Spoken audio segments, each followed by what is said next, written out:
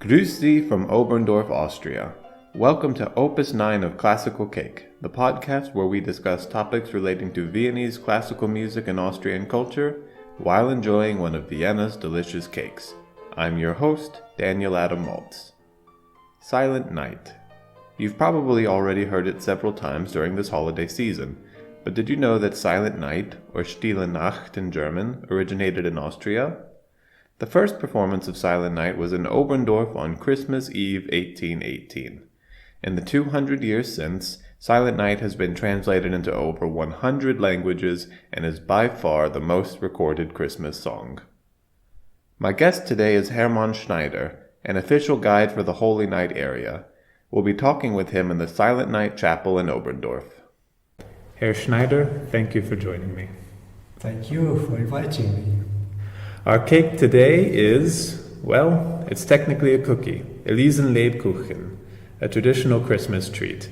This cookie is almost like a cake because it is so moist inside. It has no flour, rather it's made with ground almonds. There's a wafer on the bottom and a glaze on top.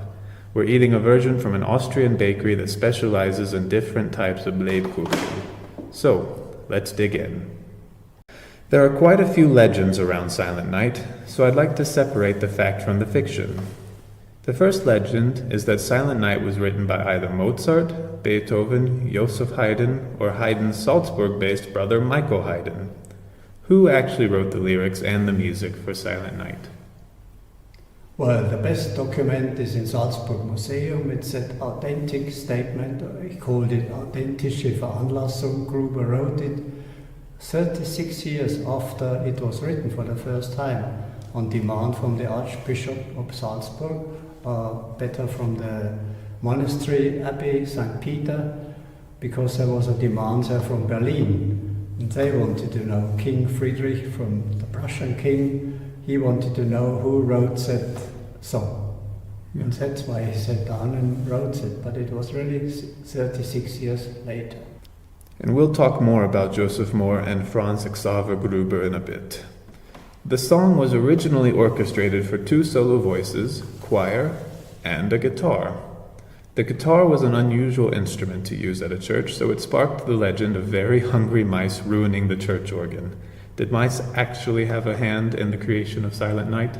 Not as far as we know. That must stay a legend. But as we know, what's really true, that in the following year, a Tyrolean organ builder, Karl Mauracher, came to inspect the organ and reported the pipes were in a very bad state. And that's what it was. It was really unusual for a guitar to be a performance in a church. And that was really unusual. And he was, Mr. Mohr, when he came here as an assistant priest, he didn't get on very well with the vicarius here. Mm-hmm. We don't know why, but it was so far that the vicarius had a lady there doing the household, the cooking for him, and he didn't allow Mr. Mohr to join his meals. So Mohr had to go out to taverns and pubs and eat there, and after a year, the vicarius wrote to the archbishop. He has got an unbelievable behavior. He talks like the normal people. He even plays the guitar in pubs.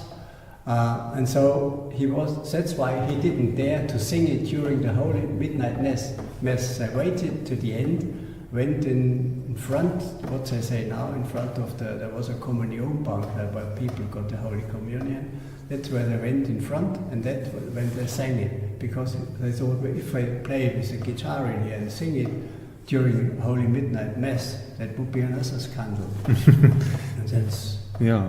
Okay, great. So you're saying that it was written for guitar because the organ was unusable, more or less. Yeah. Okay, interesting.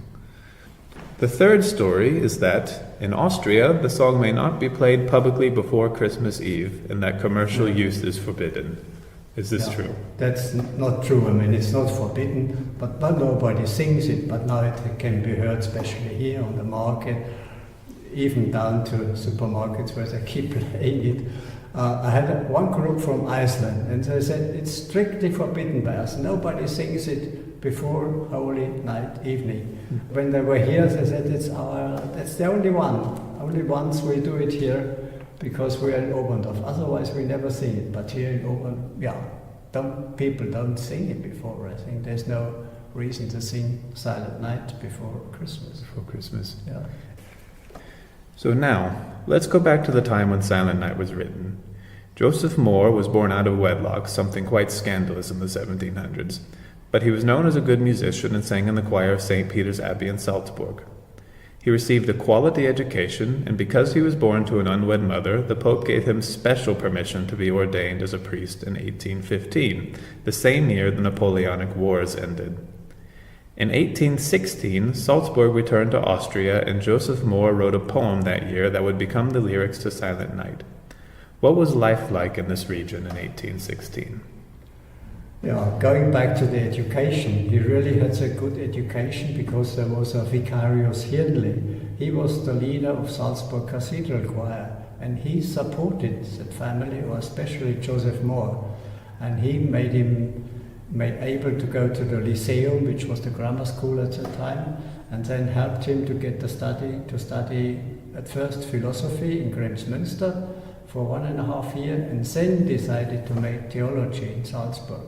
And that's right, he needed an absolution because being an illegitimate child, he needed, but I think it came from the Archbishop of Salzburg and not from the Pope. Oh, interesting. So Okay.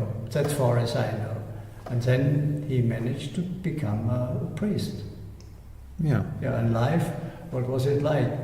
It was very poor because there was 6 years of occupation from Napoleon and his troops, and you can imagine war is always a cruel thing. But at that time, when soldiers just took everything they could get hold of, slaughtered the last chicken and took the last cabbage in the house, and said for 6 years their own husbands or sons were in military service themselves, so there were only wives and children at home. So it was really a poor time. And then when that was gone with Napoleon, there was another tragedy. That was Vulcano Tambora in Indonesia. He erupted in late 1815 and brought the following year for Europe the year without summer. It was not only known in Austria, it was known Germany, part of France, part of Italy. There was so much ash in the atmosphere from that volcano. It went half through the globe, over the globe, and that was the year without summer. People probably didn't even know what was the reason for it. They just didn't have anything, not enough to eat. There were really thousands of people just dying of hunger. Wow.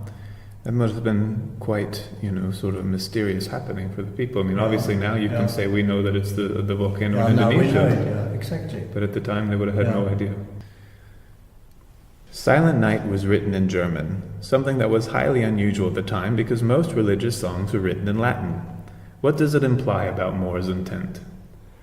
Yeah, I think that was just meant for that one evening. It was just the situation that the organ wasn't to be played, and Joseph Mohr came with that poem, with that lyric, and really that Franz Xaver Gruber must have written it on the same day. He was the musician, he was playing the organ here in the church and out there in Arnsdorf, where he was teaching, and that's the only reason. That's right, and the normal songs are written in Latin, but I wouldn't know any other reason. That it's just done for that one evening, and he came with a poem, which really we just know since 1995. We know that he had it 2 years before. He made that lyric, but until now we thought it was done all on the same day. So something that the original intent would have just been a nice thing for that night for the people in the village of Oberndorf. And they knew, and people could sing with it straight away. Yeah. And that's like Gruber said later on, that simple music because it was written in D major, and that's really also the big thing about the song, that it got spread so well over the whole world because missionaries who brought it then into Africa and Indonesia and other countries, they noticed people without school education, they could just repeat it, the song. It was so simple in tuning, and they could just join in. Right. That's why it's so translated in so many dialects. Yeah, well, it's kind of interesting to think that why things stick, because Joseph Haydn, for example, was court composer of the Esterházys for 30, 40 years and was oftentimes writing music just for one night, but we're still listening to it all this time later. That's right. Yeah. The lyrics were written in 1816, 2 years before, as you said, but they weren't set to music until Moore asked Franz Xaver Gruber to compose something on Christmas Eve in 1818. That evening, after the Christmas Mass at the Church of St. Nicholas, Moore and Gruber debuted Silent Night. But there are slight differences in the original tune versus the modern tune best known today. What caused these changes? Yeah, the changes were mainly from those people who spread it out. It was going back to that organ builder, Mauracher, who took the song to Tyrol. And then there are two families, the Strassers mainly, and who spread the song right over Europe and later on. And one man in Leipzig, Mr. Friese, he wrote it down and he made the first changing in a few small things. And in text as well, I think a few words, but that was the only one. And that's why Gruber then 36 years later, he rewrote the original in his authentic arrangement.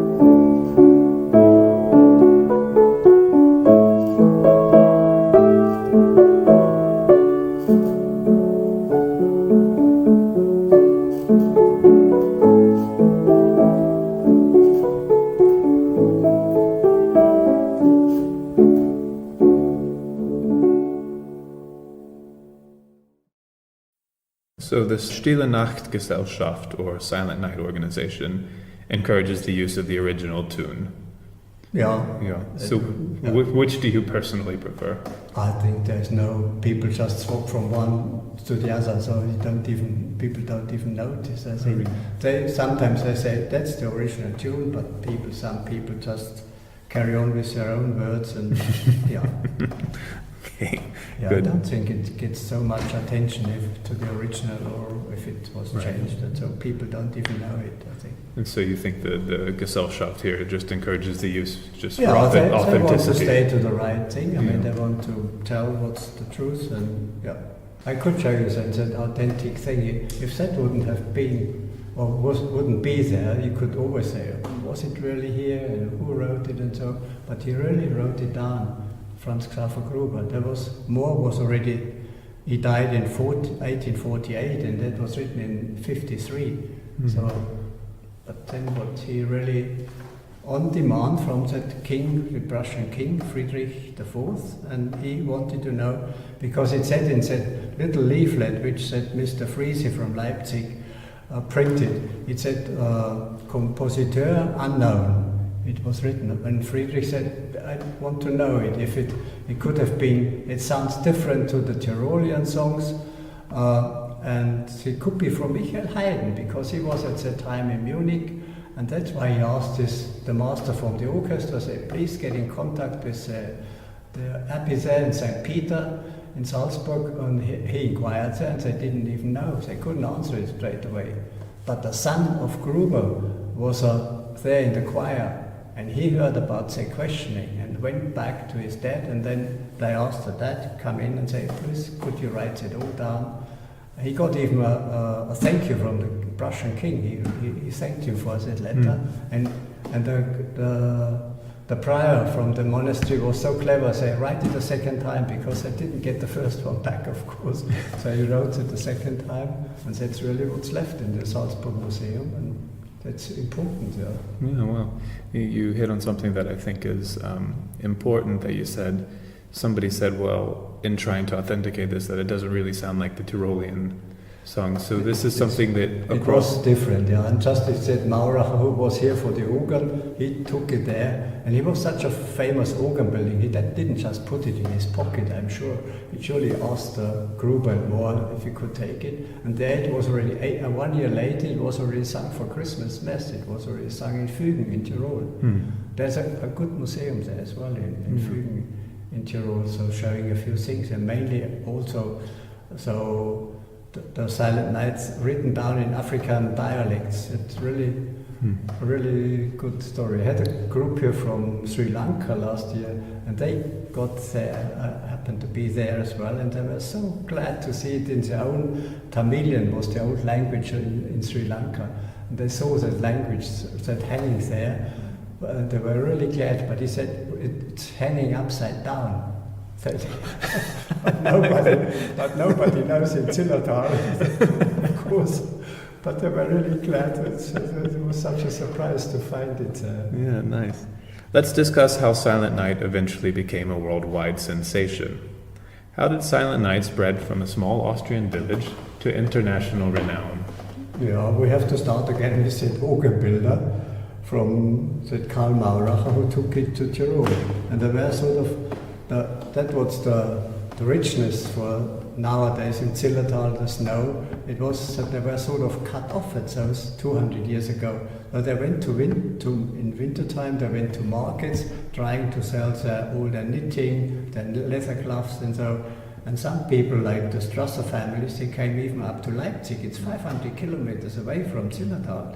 And they sang on markets, had their children with them, and they noticed when they sing songs, especially the Zillertal and Tyrolean songs, they got more attraction, and people came to their places and sold and bought their things which they sold there. And there was the other one was the Reiner family. They did it over 2 generations. They made really sort of a business out of it. Yeah, they got so well known. They were invited from the Duchess of Kent over to England, and they sang there. And then the second generation even went to America. Yeah, that was the spreading from those families, and then there was the missionaries, of course, and that's who went to Africa and to all those places where missionaries go to, and that was the spreading as well. Yeah. And then mainly through Americans, like you said, Bing Crosby in the 30s. But there was another happening. It was in 1965. There were about 200 items of culture and art were exhibited at university, at I don't know which university in Dallas, including Mohr's guitar and the autograph score. And after the exhibition, Bing Crosby again went with the guitar to Hollywood to present the story and sung it to a huge audience. About 40 million TV viewers were there, and that made that's a big publishing, of course. Yeah. And the rest is history. Yeah, exactly. Yeah, right. Franz Xaver Gruber went on to have a successful musical career. He died at 75 and relatively wealthy. Joseph Mohr eventually became a vicar and died at 55. His guitar, played at the debut of Silent Night, passed on to the Gruber family, and it was donated to the Silent Night Museum in Hallein. The Church of St. Nicholas, where Silent Night debuted, no longer stands because of catastrophic floods in the early 20th century. But the Silent Night Chapel was built between 1930 and 36, and the original furnishings remain. Visit. It captures the magic of the history and impact of Silent Night. Thanks, Herr Schneider, for sharing this classical cake with me. Thank you. And thanks to you listeners for tuning in. If you learned something new, then please share this podcast with your friends. If you haven't already, please subscribe. I'm Daniel Adam Maltz. See you in Vienna. Auf Wiedersehen.